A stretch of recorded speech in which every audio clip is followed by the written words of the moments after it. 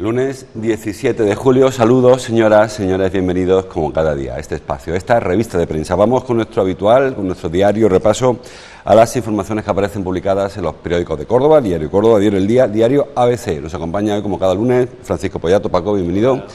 Director, como saben, de la edición de ABC Córdoba.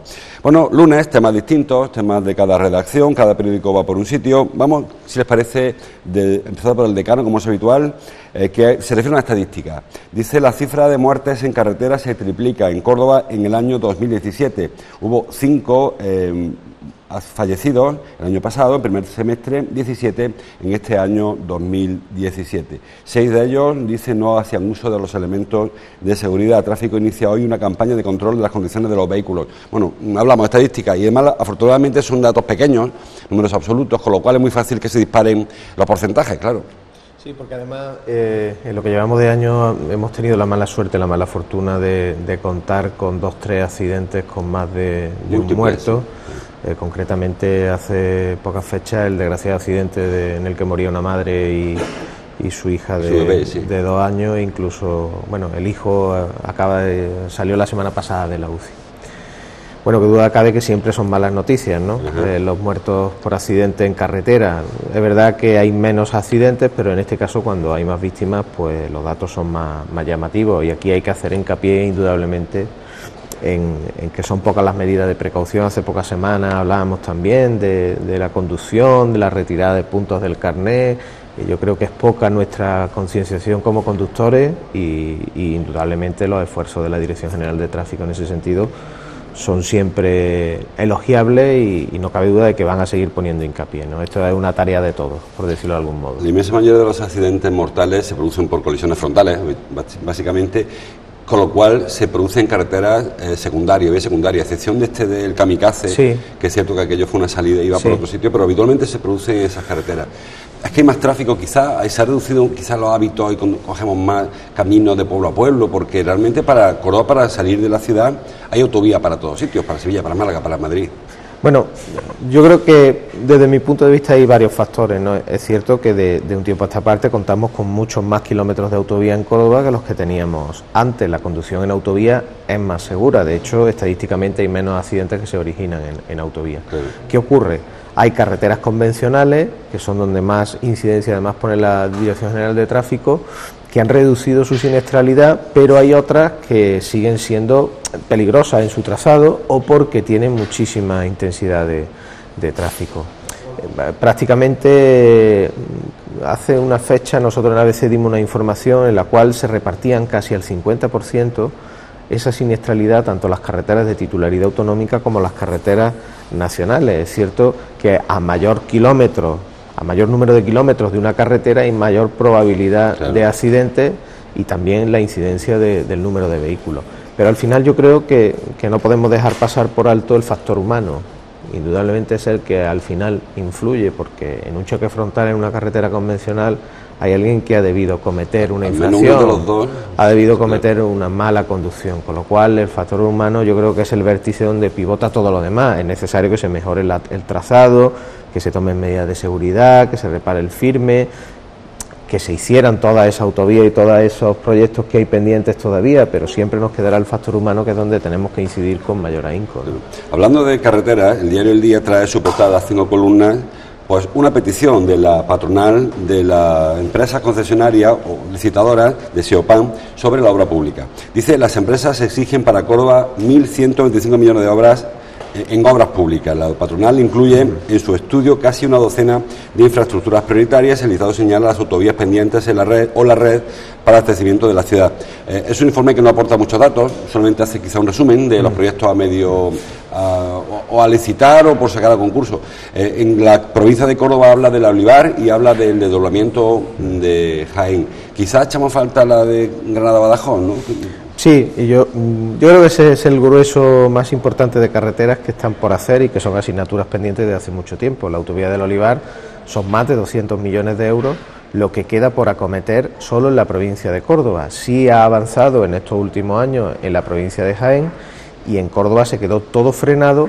Casualmente, cuando salió de la Agencia de Obra Pública Rafael Blanco y justo cuando entró Elena Cortés. que fue quien decidió que separaran los tramos en la provincia de Córdoba. Solamente hay un pequeño tramo entre Lucena y Cabra, que es absurdo. Porque esa autovía es autonómica. Efectivamente, es una autovía que tiene que ir desde Estepa hasta Úbeda, que es, digamos, la espina dorsal de la Andalucía interior, y que es una autovía bastante funcional, porque además luego conecta con la A45 a Málaga y la A92, y ahí se produce un triángulo justo en el centro de Andalucía muy interesante. Ahí está totalmente parada. El desdoblamiento de la Nacional 432 sí tiene una historia un poco más compleja. Es verdad que el Ministerio de Fomento está planteando la resolución de tramos en la provincia de Granada, algunos en la provincia de Badajoz. Es una carretera larguísima que cruza 3 provincias, Badajoz, Badajoz, Córdoba, Jaén y Granada. Y en el caso de la parte de Córdoba, sobre todo de Espiel, el problema estaba de índole medioambiental. Todo se ha tenido que parar, y ahora el planteamiento de Fomento que daba a conocer hace pocas fechas era que había que reconsiderar un poco el proyecto por esas servidumbres medioambientales e ir más a un desdoblamiento que a la construcción de una nueva calzada, de una nueva autovía. Ahí está, ¿no? Indudablemente es cierto que la Nacional 432 a su paso por Córdoba, sobre todo en tramos de Baena, Castro del Río, Espejo o la zona de Espiel, entraña dificultad, en lo que hablábamos antes, un trazado complejo donde se producen bastantes accidentes. De todas formas, no es la parte de esa carretera donde más accidentes se producen, y es totalmente necesario. Y otra igual, que está obligada la Junta a hacerlo, es el desdoble del Carpio Torredón Jimeno, que da una salida mucho mejor entre Córdoba y Jaén, que es mucho más necesaria porque son dos provincias que están una al lado de la otra y siguen teniendo muy malas comunicaciones. A pesar de que parece que hay una recuperación importante del sector de la construcción, se sigue reclamando obra pública. Parece que la obra civil no está llegando a los niveles que le harían autosuficientes, para que lo entendiéramos. Sí, estas quejas son recurrentes, constantes. Me imagino que este informe de la patronal de grandes empresas que acuden a los concursos de las grandes obras viene dado por eso. Ellos reclaman que no se está reactivando la obra pública como en tiempo. En la parte de la construcción, quien está tirando un poco más del sector en la parte residencial, la edificación, pero la obra pública está parada, y está parada a todos los niveles. Córdoba viene registrando unos datos malísimos, tanto a nivel estatal, regional como local. Y en esta coyuntura en la que parece que está repuntando un poco la situación económica, pues estas empresas no entienden muy bien por qué estos proyectos no se ponen nuevamente en marcha. Bueno, hace unos días sí conocíamos que el Gobierno nacional, el gobierno del PP de Rajoy, anunciaba un ambicioso plan que creo que estaba cifrado en unos 3.000 o 5.000, no me acuerdo bien, millones de euros para acometer mejoras en carreteras. Me imagino que estamos un poco en ese nuevo escenario en el que ya las administraciones han pasado lo peor y deben ir insuflando mayor inversión pública, porque obras hacen falta, qué duda cabe. Se hace con más cabeza, quizá, porque en la anterior época hubo quizá una precipitación en la contratación de obra pública, hubo empresas pequeñas que pretendieron vivir de aquello, llegó el parón, muchas empresas quebraron, camioneros que entregaron camiones, contratas que tuvieron. Hace falta quizá hacerlo de manera más ordenada que se hizo hace 10 años. Sí, efectivamente, y a un menor ritmo es probable que se acometan, pero bueno, se deben ir acometiendo. La tercera portada que nos queda es la de ABC de Córdoba, precisamente, y habla de sanidad. Titula, con foto que la firma Valerio Merino, bajo mínimo sanitario. El SAS, el Servicio Andaluz de Salud, solo cubre por vacaciones en Córdoba 1 de cada 5 puestos. La espera por una cita en los centros de salud llega a triplicarse. La foto, 2 trabajadores de la unidad de farmacia del Hospital Reina Sofía. Bueno, son cifras que ya se intuían, pero quizás son peores de lo que nos amenazaban incluso los sindicatos, porque se une la falta de previsión, o sea, la falta de decisión de contratar, de sustituir, y ahora falta de previsión incluso. Yo creo que es un cúmulo de factores bastante negativo, ¿no? Porque esta información se suele dar siempre por parte del SAS con cuentagotas. Y del CIMEC. Bueno, sí, te refieres al del servicio, del número de contratos que se van a hacer cada verano. En este caso se tardó y se habló de 1.200, se da un dato solamente. Claro, cuando todas las centrales sindicales, el CIMEC, el sindicato médico y los otros sindicatos más conocidos que operan en el ámbito sanitario, empiezan a poner en solfa esos números, a cuadrar, a cotejar y a contextualizar, pues nos damos cuenta, como hoy publicamos en ABC, de que el dato es bastante llamativo, ¿no? Solo 1 de cada 5 puestos de la plantilla que tiene el SAS en la provincia de Córdoba, unos 8.000 y pico trabajadores, se cubren en vacaciones. Un dato que llega a bajar incluso al 13% si solamente nos limitásemos a la cuestión sanitaria facultativa, por decirlo de algún, es decir, extrajésemos de ahí trabajadores de administración, de limpieza, de cocina, etcétera, etcétera, en los centros hospitalarios, lo cual es todavía más preocupante. ¿Qué ocurre? El argumento que ofrece el SAS en estos casos es que la afluencia de pacientes en la provincia de Córdoba, tanto a nivel de atención primaria como a nivel hospitalario y de urgencia, se reduce en más de un tercio, porque hay gente de vacaciones y no está en Córdoba. Pero claro, los porcentajes siguen sin casar, es decir, si usted el 80% de la plantilla no la ha cubierto y aunque haya un 30% de pacientes, hay un cierto desequilibrio. Y si a eso le sumamos que los centros de salud, salvo 3 en Córdoba capital, que creo que es la Fuensanta, Avenida América y Noreña, Castilla del Pino, se cierran por las tardes, evidentemente hay una atención que está bajo mínimo y que en ningún caso puede estar justificada en que solamente hay un 30% menos de pacientes. Ítem más si tenemos una semana como la que hemos tenido en Córdoba, con temperaturas de hasta casi 47 grados, con una alerta roja sanitaria decretada por la propia Junta de Andalucía. Yo creo que evidentemente la sanidad en verano y a lo largo de todo el año, pero en verano se pone un poco más de manifiesto, está en una situación de mínimos que yo creo que es insostenible. Antes hablábamos de carreteras, pero indudablemente la sanidad, yo creo que todos coincidimos en que es una prioridad absoluta, y lo que vienen soportando los profesionales de la sanidad en Córdoba a todos los niveles y en toda Andalucía y probablemente en toda España, pero bueno, por quedarnos en lo más cercano, yo creo que es una situación que debe dar un giro de 360 grados ya. O sea, estamos en una situación raquítica. Y luego el caso de las citas, con esto concluyo, sí. El caso de las citas es muy llamativo. Se están dando casos ya de personas que van a los centros de salud a pedir una cita de lo más básico y le puede tardar casi 3 veces más de lo que habitualmente ocurre, cuando hay además un decreto, una norma en Andalucía que obliga a que la demora sea 0, es decir, que prácticamente te la den al día siguiente. Y a lo mejor estamos hablando ya de una semana, porque hay menos personal facultativo y médicos que están saturados en cuanto a la atención de sus pacientes. Y es curioso que a pesar de esta situación, que es crítica, bueno, o sea, el epíteto que cada cual quiera poner, no exista una marea blanca en Córdoba organizada como en otras provincias, porque por menos quizás se ha montado un tico de revolución en otras ciudades. Bueno, es cierto que esos episodios que hemos visto estos meses atrás en Granada, Huelva, Málaga, Sevilla también. Y Málaga, efectivamente, venían dados por decisiones mucho más impactantes. Es decir, en Granada era la fusión de 2 centros hospitalarios que traía loco a los granadinos, que tenían que ir a uno a hacerse una prueba, a otro a operarse, etcétera, etcétera. Esas situaciones no se han dado en Córdoba. Pero indudablemente la situación de recorte, de ajustes, de no reposición de plazas, de demoras, etcétera, etcétera, de todos esos problemas, no ha cuajado en una gran manifestación, incluso con el caso añadido del aparcamiento del Reina Sofía, que sí levantó cierta contestación social. Ha habido intentos, pero esos intentos han terminado divididos o frustrados porque se ha intentado politizar la marea blanca. En Sevilla se intentó y hubo esa misma reacción, y aquí se ha intentado por parte de Podemos, creando una especie de marea blanca diferenciada de otra que articulaba la propia plataforma del aparcamiento con otra serie de colectivos.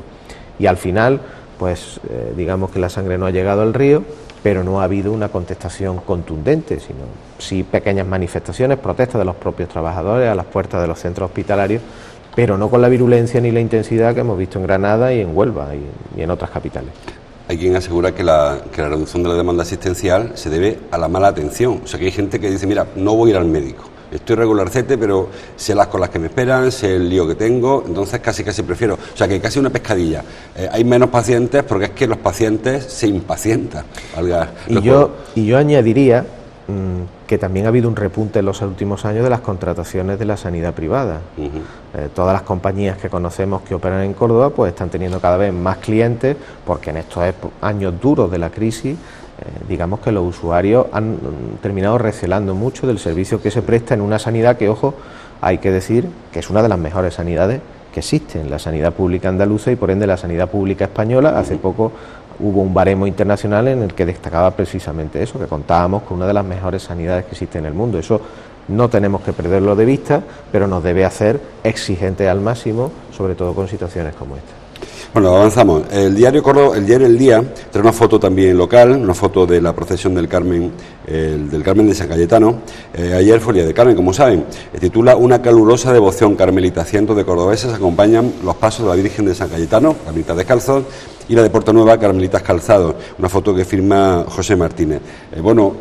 Hizo mucha calor ayer para el Carmen, sin embargo, pues la gente volvió a echarse a la calle.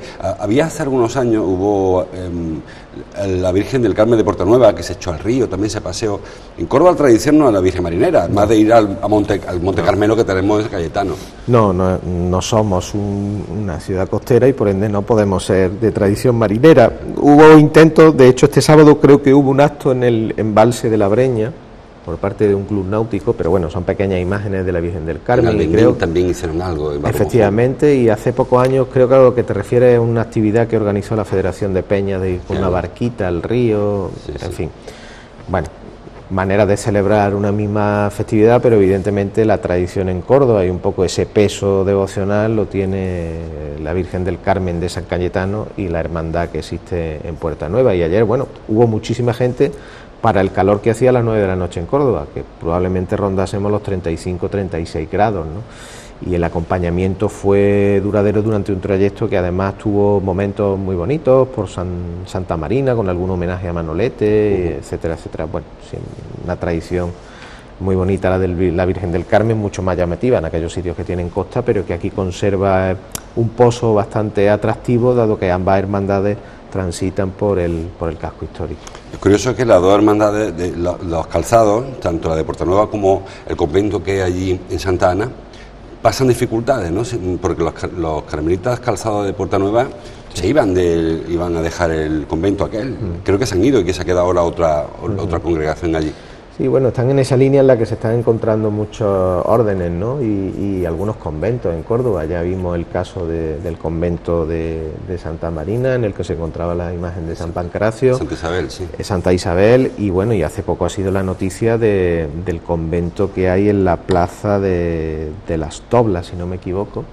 En la plaza Dobla, el Cister. El Cister, donde también se han marchado las religiosas o los religiosos que estaban allí, ¿no? Y alguno más, como el de Santa Marta, que probablemente está atravesando momentos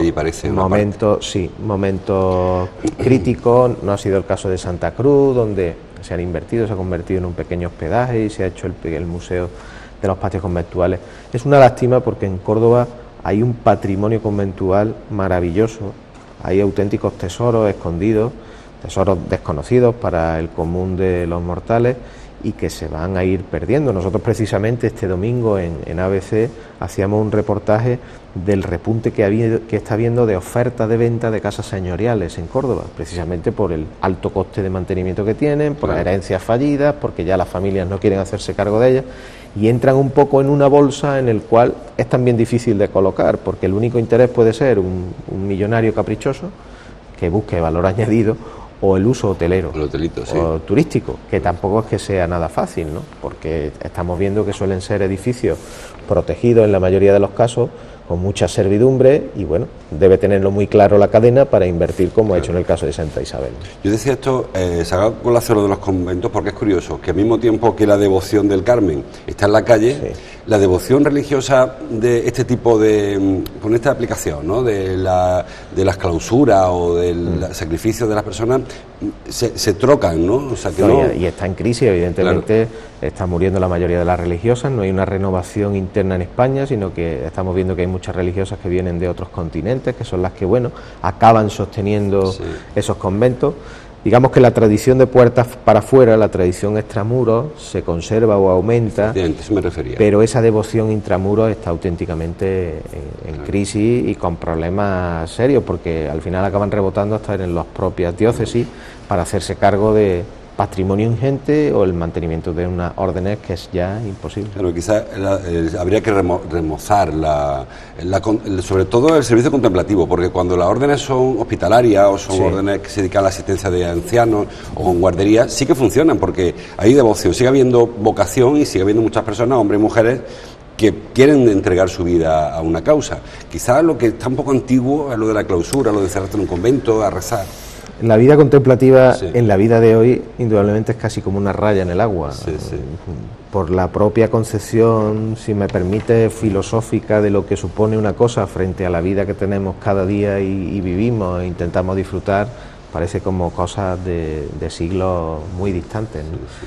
tiene difícil encaje hoy en día, por lo que te comentaba antes, precisamente porque no hay un relevo generacional, ni tampoco hay un vivero de religiosas en ese sentido, salvo que sean hospitalarias, salvo que sean órdenes que están muy vinculadas a la cooperación internacional, donde sí, porque existe de por sí un voluntariado y una solidaridad en ese sentido que va cada vez más en auge, y sin embargo eso trae ese lastre de que en muchas ciudades, no solo en Córdoba, han sido guarda y custodia de un patrimonio maravilloso, excelente, y entramos en ese problema añadido. ¿Qué hacer ahora con esas casas y con esos conventos? La foto del diario Córdoba se marcha mucho más lejos. Venezuela, ayer hubo un proceso doble, un proceso consultivo, no sé cómo llamarle, porque fueron dos elecciones en una o dos en paralelo, muy raras las dos, porque uno no aceptaba la del otro, el otro no aceptaba la del uno. Una de ellas era de Maduro, que pretendía que se renovara una asamblea constituyente para una nueva constitución. Por otro lado, la oposición, que es parlamento, que es poder, el poder legislativo, hizo su propio sondeo, no llegó a ser elecciones porque no tuvo tampoco el beneplácito de su consejo consultivo, se llama, algo parecido. O sea, que hubo dos elecciones, los dos se apuntan el tanto dicen unos como los otros, que hubo una participación absoluta, mayoritaria, y que los dos ganaron lo que pretendían. Venezuela va a acabar malamente. Sí, porque además incluso esta mañana se estaba dando ya información de que probablemente uno de los procesos no era ni legal siquiera, ¿no? Pues se había votado con caja de cartón en la calle. Bueno, son 7 millones de personas las que han participado y las primeras estimaciones hablan de que un 97% rechaza el procedimiento que auspiciaba Maduro y esa salida contra norma de Maduro de intentar revocar lo que la Asamblea Constituyente ha mandatado, porque la oposición tiene mayoría en la Asamblea Constituyente. Y al final estamos hablando de un pulso. Es un pulso continuo. Maduro ha intentado esta jugada para volver otra vez a bloquear cualquier iniciativa de la oposición. La calle se está haciendo cada vez más fuerte, hay 100 muertos después de 2 meses y la situación está, yo diría que ni mejor, incluso peor que hace unos días, ni siquiera con la liberación de este preso, de Leopoldo, ¿no? De Leopoldo López. El temor que de verdad existe es que al final esto vaya a tomar unos derroteros bélicos y de enfrentamiento civil, ¿no? Porque no sé si estos resultados van a servir de algo, si Maduro, que no lo ha demostrado hasta ahora, va a tener en cuenta este rechazo frontal. Lo único que ha servido estas consultas de ayer es para volver a ratificar que la gran mayoría del pueblo venezolano está en contra de este sátrapa que tenemos en estos momentos y que no sabemos cuál va a ser su próxima salida. El referéndum, el sondeo que ha hecho el legislativo, una de las preguntas era si está de acuerdo con que el ejército intervenga para devolver el orden constitucional. Algo muy peligroso. Yo creo que el ejército no está para defender, para entrar en trifulcas internas, creo yo. Y además un ejército que está dividido internamente, como ya vimos en algún episodio del secuestro del helicóptero. Yo creo que es un cóctel molotov, es una costelera lo que existe ahora mismo en Venezuela, muy preocupante. Vamos a ir avanzando rápidamente, que estamos casi en la hora. 2 temas de agricultura, el Córdoba y el Día. El Córdoba dice que la Junta rebaja las previsiones de cosecha para esta vendimia. Al final ha habido estrés hídrico, llueve poco, una época en la que hacía falta un chaparroncete, no ha caído, y además, bueno, la viña ven una buena cosecha del año anterior, siempre son ciclos. Sí. Probablemente la meteorología influye mucho en que sean campañas más cortas. Quizás lo que haya que fijarse es si la calidad de la uva sigue siendo tan buena como fue el año anterior, y de lo cual celebraron mucho en el marco pues los primeros vinos que salieron, y los vinos que han salido finalmente han sido excelentes. Quizás ese sea el consuelo que queda a una producción mermada por la escasa precipitaciones. Este año no ha habido mildiu tampoco, con lo cual la uva viene buena. Efectivamente, ha sido más mitigable. Y el diario El Día, en cuanto a la agricultura, agroganadería, dice que la denominación de origen cordobesa copa las ayudas para la promoción, se refiere a las andaluzas. En Córdoba entra el 37% de todas las ayudas que la Junta destina a promoción para los 7 marcos que existen en Córdoba, los 4 del aceite, el del vino, el de los cárnicos y el del queso, creo que es el otro que tenemos por ahí. Bueno, los 7 que hay. Bueno, una buena noticia, porque siempre hablamos de que el marchamo de estos consejos pues garantizan una calidad, y sobre todo cuando entramos en mercados tan competitivos. El aceite hay que competir con un aceite de la Sierra de Jaén, en el vino hay que competir mucho, y el cárnico, pues ya ni te cuento. Estaba recordando una conversación que tuvimos la semana pasada aquí, y quizá algún telespectador podría preguntarse ¿cómo es eso de que la Junta dé dinero para que al final las propias denominaciones de origen de Andalucía se peleen entre ellas, ¿no? A ver quién vende más aceite, ¿no?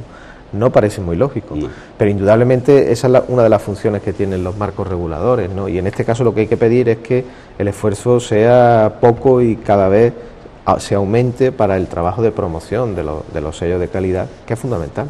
Hace poco conocíamos que la denominación de origen de Baena pues había firmado un acuerdo o había entroncado relaciones con Costco, que es una de las mayores distribuidoras comerciales que existen en Estados Unidos, para intentar introducir aceite de Baena en los lineales de todos esos supermercados. Es fundamental, no son las grandes aceiteras, no son las grandes vendedoras de aceite, pero tienen un porcentaje todavía muy pequeño, pero muy importante a la hora de marcar ese valor añadido del que siempre hablamos, para que alejemos una de las sombras de nuestro sector agroalimentario, que son las ventas a granel y la pérdida de retorno económico para seguir trabajando en buenos productos. Yo lo que sigo echando en falta, y lo hablamos también alguna vez tú y yo en este programa, es la unificación de consejos, porque no tiene sentido que haya el de Baena, el de Priego, el de Montoro y el de Lucena, creo que son los 4 que hay. Cuando el Baena y Priego están pared con pared, Lucena y Priego están pared con pared. Es verdad que Montoro es otro tipo de olivar, sí, pero los otros 3 realmente es el mismo marco. Cuando tú llegas a Estados Unidos a comprar aceite, creo que es el mejor aceite de Córdoba que no de Lucena o de Montoro, entiendo yo. Y probablemente alguien diría que aceite de Andalucía, ¿no? Claro. Por Córdoba y Jaén. Eso responde a la propia estructura del tejido productivo del aceite en Andalucía. Está súper atomizado. Hay pueblos pequeños donde hay 2 y hasta 3 almazaras. No todo el aceite que se produce en Córdoba pasa por las denominaciones de origen, pero ese otro aceite que no pasa está muy atomizado en pequeñas almazaras. De ahí esa rivalidad de comarcas, de Marcos, de Baena, de Priego, de Montoro-Adamuz, que se basan en la especialidad del tipo de aceituna, pero que a la postre, puede que le den la razón a ese aserto de divide y vencerás, ¿no? Que no tanto como la unificación del sector. Un par de noticias para ir terminando. Dice el diario El Día que el PSOE deja entrever que modificará su posición sobre Cosmos. La verdad es que el PSOE nunca tiene una posición muy clara, porque iba dando una con la derecha, otra con la izquierda. La Junta es PSOE también, y la Junta también en su día se posicionó distinto al Ayuntamiento. El PSOE tiene un problema muy serio con Cosmos, que se llama equidistancia, sí, que es algo que le gusta mucho a nuestra alcaldesa, lo que vulgarmente podríamos decir ponerse de perfil, y lo que está claro es que lo que no hay es una clara posición en el PSOE. O estás a favor de que no se pierda una empresa muy importante en Córdoba con 100 trabajadores, o estás completamente en contra de que esté haciendo lo que está haciendo, como han puesto de manifiesto tanto Izquierda Unida como Ganemos Córdoba. No se puede estar ni en misa ni repicando a la vez, ni una vela a Dios y otra al diablo. Y aunque intentan hacer gestos de cara a que los trabajadores, como ya han anunciado, no se le vayan al ayuntamiento y comience una serie de protestas, al final acaban votando lo que acaban votando. Y no se han opuesto literalmente a una innovación en el plan general que puede tener un efecto retroactivo muy preocupante, no solo en Cosmos, sino en otras empresas que pueden estar quemando residuos y haciendo una serie de prácticas a las que se está criticando mucho desde el punto de vista medioambiental.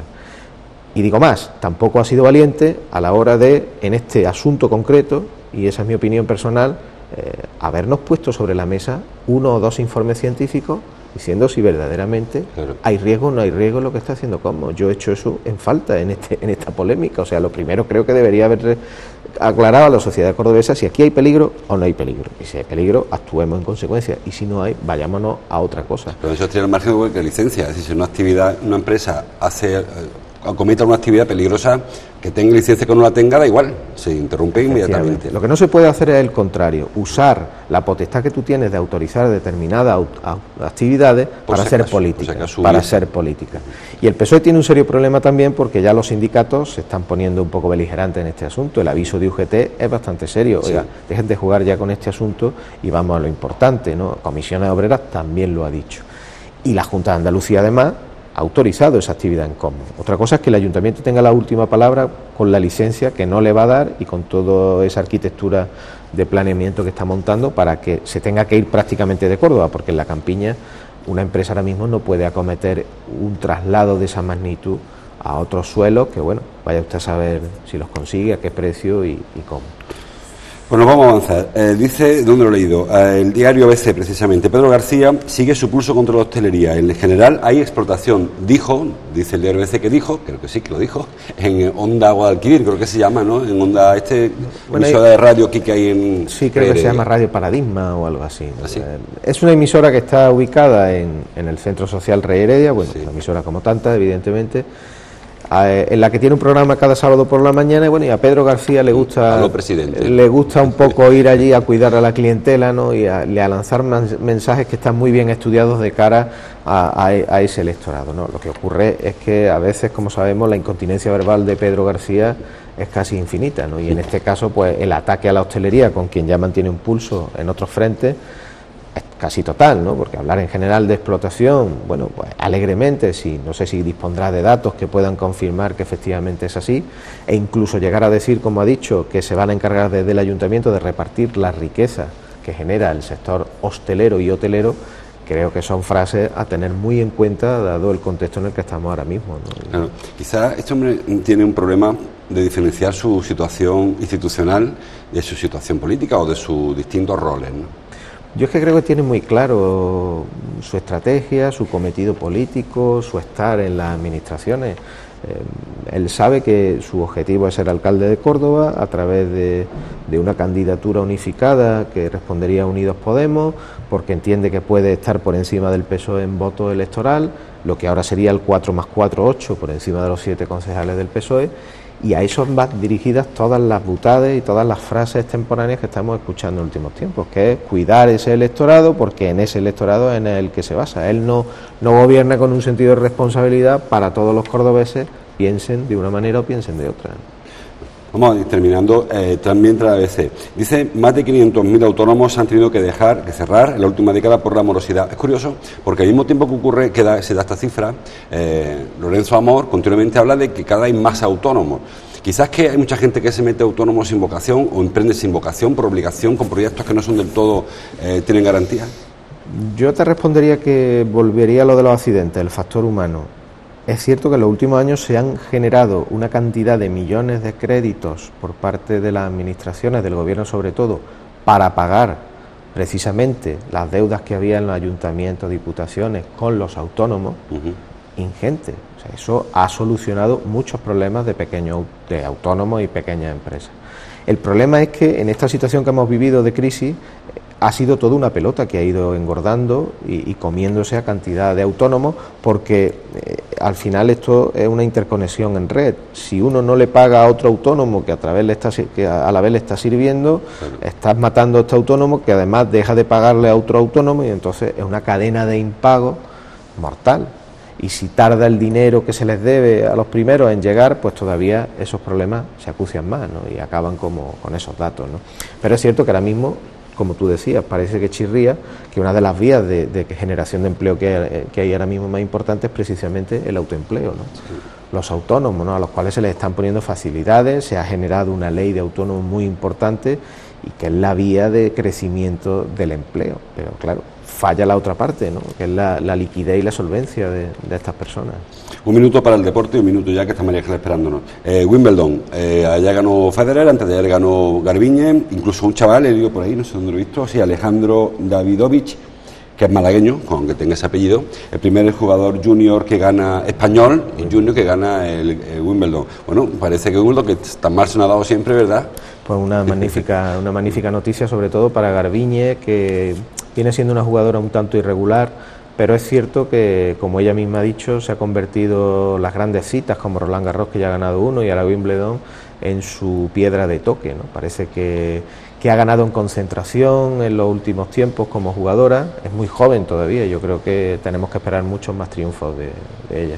Porque a mí me parece en Córdoba y también en El Día, ganar en Wimbledon me ayudará a mejorar, dice. Y el diario El Día, que también trae foto en este caso para Federer, para el ganador del Open del Wimbledon en masculino, referencia al fútbol, al Córdoba. Titula el Córdoba con 2 denuncias en la Liga, en la LFP, por los expedientes abiertos a Rodas y a Cisma. Parece que una reclamación de cantidad, el caso de Héctor Rodas, que ha dejado el Córdoba. El caso de Uno Cisma parece que tiene una deuda pendiente por el año pasado. Quizás también da pista que Cisma pueda acabar también. Bueno, parece ser que la información se refiere a 2 expedientes que le abrieron a estos 2 jugadores por unos problemas que hubo en un entrenamiento. Me imagino que esos expedientes conllevarían una sanción económica, le retendrían unas cantidades que son las que reclaman. Ahora, supongo que entra un poco más dentro del orden. Son 2.000 euros, es lo que se reclama, tampoco son pequeñas cantidades. No creo que Cisma quiera con esto generar, entre comillas, un cisma con el Córdoba. Ni Héctor Rodas, que se ha marchado a jugar a Bélgica, me parece, pues le vaya la vida en este asunto. Creo que responde un poco más a la relación de trabajador-empresa, que bueno, que a lo mejor no estarían de acuerdo en su momento con el expediente que le abrieron y ahora han reclamado esas cantidades. No le otorgo mayor valor. Aunque no aparece en las portadas, la venta de abonos va, bueno, un poquito más peor que el lenta. año pasado. Hablan de que va más lenta, iba por unos 6.500 este fin de semana y con un ritmo más lento que el de otro año. Parece que se lo está pensando la afición. Pero en general estás respondiendo más o menos, ¿verdad? Bueno, puede que a última hora, esperando también que haya otro fichaje, hay muchas personas de vacaciones, haya un arreón, pero es probable que nos quedemos por debajo de la cifra del año pasado. Bueno, pues esperamos, como siempre decimos, que al menos en lo deportivo sí que el equipo vaya para adelante y que las aficiones se arreglen los problemas que tienen y bastante la familia González. Esperemos. Gracias, Paco, como cada lunes, gracias a ustedes también por su atención. Les dejo como cada semana, como cada día, en este caso con Ángel Mellado con su Café y Media. Mañana volvemos nosotros. Hasta entonces, como siempre, gracias por su atención.